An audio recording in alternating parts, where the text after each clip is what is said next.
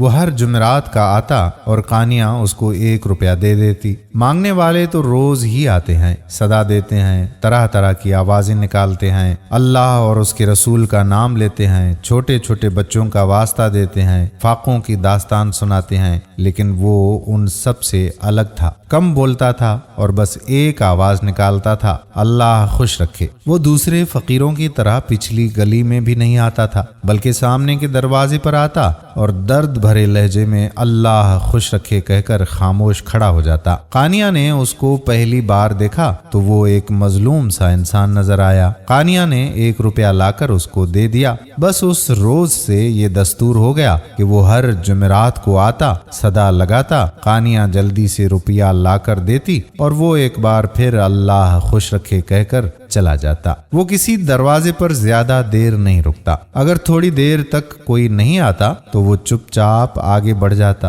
ایک دن قانیہ کی بڑی بہن ناہید نے کہا کہ قانیہ، اس فقیر میں کیا خاص بات ہے کہ تم اس کو ہر جمعرات کو 1 روپیہ دیتی ہو؟ کسی دوسرے کو دیتی بھی ہو تو صرف 25 پیسے۔ ابو بھی سن رہے تھے۔ انہوں نے کہا کہ بھائی، ہماری بیٹی کی طبیعت میں ہمدردی ہے، وہ تو ہر ایک کے ساتھ ہمدردی کرتی ہے، کسی کو پریشان نہیں دیکھ سکتی۔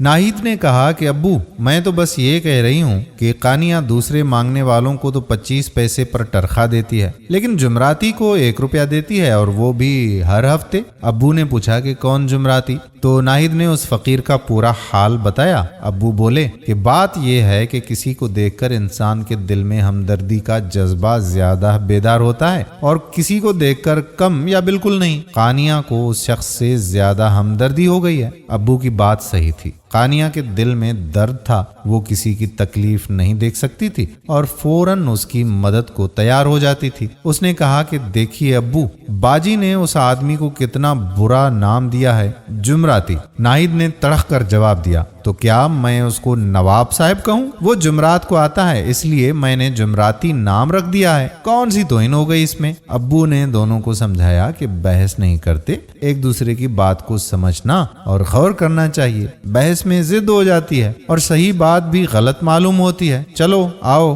کھانا کھا لو، تمہاری امی بلا رہی ہیں۔ چند دن بعد قانیہ کے ابو کو تجارتی دورے سے ہانگ کانگ جانا پڑا۔ وہ خوش و خرم سب سے مل کر روانہ ہوئے تھے، لیکن چند گھنٹوں کے بعد ریڈیو نے یہ افسوسناک خبر دے دی کہ کراچی سے ہانگ کانگ جانے والا جہاز حادثے سے 2 چار ہو گیا، تمام مسافر ہلاک ہو گئے، قیامت ٹوٹ پڑی۔ سب سے زیادہ کمزور دل قانیہ ہی کا تھا۔ اس نے روتے روتے اپنا برا حال کر لیا۔ کئی دن کے بعد کچھ صبر آیا۔ اگلی جمعرات کو صبح معمول کے مطابق جمعراتی کی آواز آئی، اللہ خوش رکھے۔ قانیہ مرے دل سے اٹھی، الماری کھولی، پرس نکالا، 1 روپیہ لے کر دروازے پر پہنچی۔ لو چاچا، آج آخری بار دے رہی ہوں۔ فقیر نے کہا، کیوں بیٹی؟ اللہ خوش رکھے، کیا بات ہوئی؟ قانیہ کا دل بھر آیا، روتے روتے ہچکیاں بند گئیں۔ بڑی مشکل سے اس نے بتایا کہ میرے ابو ہوائی جہاز کے حادثے میں ختم ہو گئے، اب ہمارا کون ہے معلوم نہیں،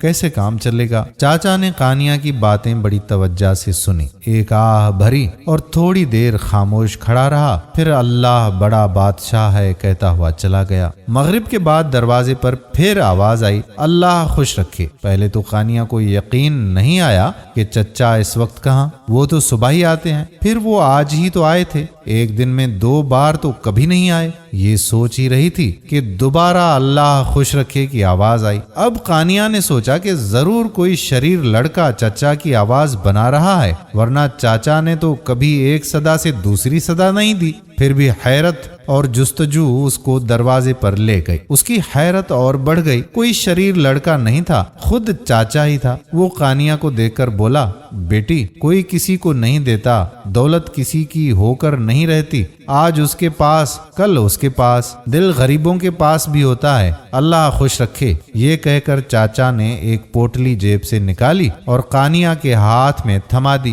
اس سے پہلے کہ قانیہ کچھ سمجھ سکتی، وہ تیز تیز قدم بڑھاتا ہوا دور نکل گیا۔ قانیہ نے دیکھا کہ پوٹلی میں نوٹوں کی گڈیاں بھری ہوئی ہیں۔ تو دوستو، کچھ لوگ اس دنیا میں ایسے بھی گزرے ہیں۔ اللہ تعالی ہم سب پر اپنا خاص رحم فرمائے اور دوسرے لوگوں کی مدد کرنے کی توفیق عطا فرمائے۔ آمین۔ ویڈیو پسند آئی ہو تو شیئر ضرور کیجیے گا۔ آنے والی ویڈیو تک اپنے میزبان قادر بخش کلہوڑو کو اجازت دیجیے۔ اللہ حافظ۔